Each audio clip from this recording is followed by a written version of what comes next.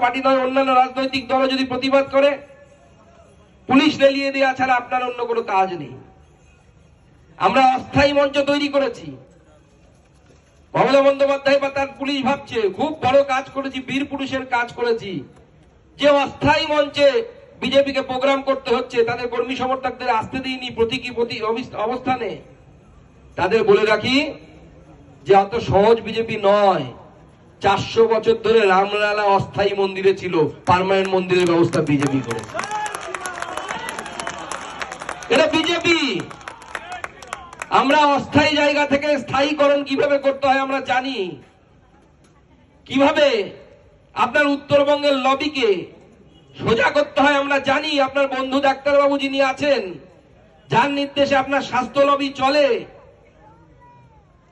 যার নির্দেশে এই স্যালাইনের বরাদেই পশ্চিমবঙ্গ ফার্মাসিউটিক্যালসকে দিয়েছেন, প্রতি বোতল পিছু 1 টাকা 25 পয়সা না 1 টাকা 50 পয়সা পৌঁছে যায় কালীঘাটে। আমাদের কাছে তো খবর আসে।